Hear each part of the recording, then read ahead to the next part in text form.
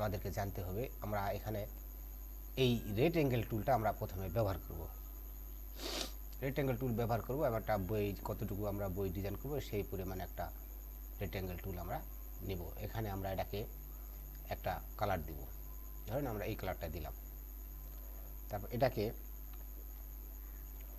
Edit, copy, edit, paste ফরন্ট দিয়ে selection tool দ্বারা এটা একটা কপি হয়ে গেল। আমরা এখানে একটা কপি করলাম, আমরা একদম পরিমাণের সম পরিমাণে একটা কপি করলাম। করার পরে এটাকে আমরা একটু অফ হোয়াইট কালার দেব, যেহেতু বই একটা অফ হোয়াইট থাকে আমরা অফ হোয়াইট কালারটা দিলাম। দেওয়ার পর এটা পুরাটা সিলেক্ট করার পর আমরা অবজেক্টে যা দেবে ব্লিন্ড, এরপর ব্লিন্ড অপশন এখানে আসে, এখানে ক্লিক করে এই মাঝখানেরটা যদি টিক না থাকে আমরা এই মাঝখানটার টিক দেবো। এখানে তিনটা অপশন আছে, তিনটার মধ্যে মাঝখানটার মধ্যে টিক দিব।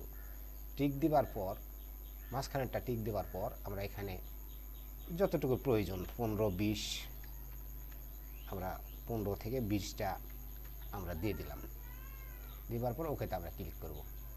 করার পর এখানে ক্লিক করার পর আমরা বিষয়টা হলো এখানে একটা ক্লিক করার পরে আমরা এই অপশনটাকে যাব। এই অপশনটাকে বলা হয় ব্লেন্ড টুল। ব্লেন্ড টুলে যাওয়ার পর এখানে একটা ক্লিক করব, আবার এখানে একটা ক্লিক করব, এইরকম হয়ে গেল। তারপরে আমরা এটাকে ডিরেকশন টুল দ্বারা আমরা এটা শুধু এই একটাকে সিলেক্ট করব। করার পর এটাকে টেনে আমরা এই সমান করে এটার উপরে আমরা দিয়ে দিব, হয়ে গেল। এরপরে আমরা বই এরকম স্কোয়ার হয় না, বই মেলার পর একটু হালকা ভাঁজ হয়। ভাঁজের জন্য আমরা একটু এই পেন্সিল টুলটা নিয়ে এটাকে হালকা একটু সামান্য একটু ডিজাইন করে নেব, অত দূর নয়, এতটুকু একটা ডিজাইন করে নেব। তারপর এটা এখানে ক্লিক করে সামান্য একটু ডিজাইনটা আমরা করে নেব, বেশি নয়, হালকা এই ডিজাইনটা করে নিলাম। নেওয়ার পরে আমরা এই ফ্রি ট্রান্সফর্ম টুলটাকে ক্লিক করব। করার পর এখানে টিক থাকা অবস্থায় আমরা এটা ধরলে এরকম আসবে। আসার পর আমরা যতটুকু দরকার আমরা ততটুকু বইটা মেলাবো, ততটুকু আমরা এটা টেনে দিব। টেনে দিলে আমরা বই মিলে গেল। এরপর সিলেকশন টুল দ্বারা এটা গোটালটাকে সিলেক্ট করে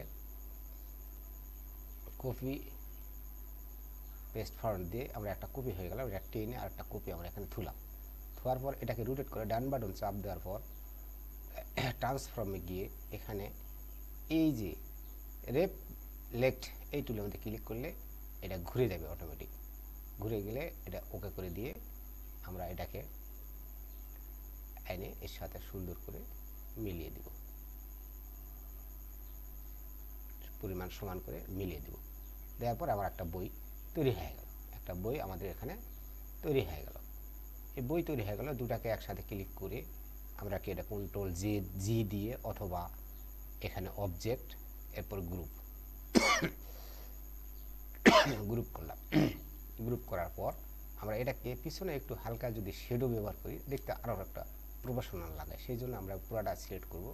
করার পর এডিট, পরে কপি, আবার এডিট, পেস্ট ইন ব্যাক অথবা কন্ট্রোল সি কন্ট্রোল বি দ্বারা দিলেই এটা হয়ে যাবে। তারপরে আমরা এটাকে পিছনে যেহেতু আমরা একটা কালার ব্যবহার করতে হবে, আমরা কালারটা একটু ব্ল্যাক সেট করব, ব্ল্যাক কালার নেব। নেওয়ার পরে সিলেক্ট থাকার অবস্থায় ইফেক্টের পর এই যে ডিস্ট ট্রান্সফর্ম এখানে আসার পরে না সরি এখান থেকে ব্লার গুইসেল ব্লার এখানে আসে। এখানে 56 রেখে আমরা প্রিভিউ দিলে দিতে পারি, প্রিভিউ দিলে দেখা যাবে 56 দিলে আমাদের একটা শেডো ইনসাইডে একটা শেডো তৈরি হয়ে গেল। এই আমাদের মোটামুটি কাজ শেষ। এখন লেখালেখির অপশনটা দেখানোর কিছু নাই, আপনি আপনার মতো করে যা লিখবেন তাই এখানে হবে। আপনার মতো করে আপনি ওটা সামান্য কিছু লিখলেন,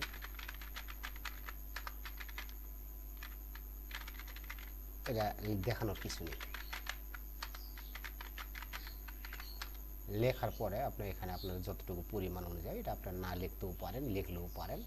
এটা সৌন্দর্য বাড়ার জন্য আপনি আপনার মতো করে কোনো ডকুমেন্টস এখানে লিখে সিলেক্ট করলেই আপনার হয়ে গেল। তাহলে একটা প্রফেশনাল বইয়ের মতো এটা হয়ে গেল।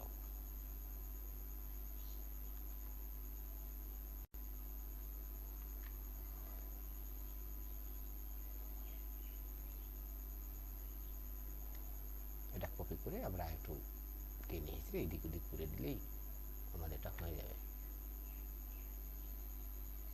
একটা দেখতে সুন্দর একটা প্রফেশনাল বই হয়ে গেল। এই আমাদের বই নির্মাণের। যারা ভিডিওটি ভালো লাগলে লাইক দিবেন, কমেন্ট করবেন।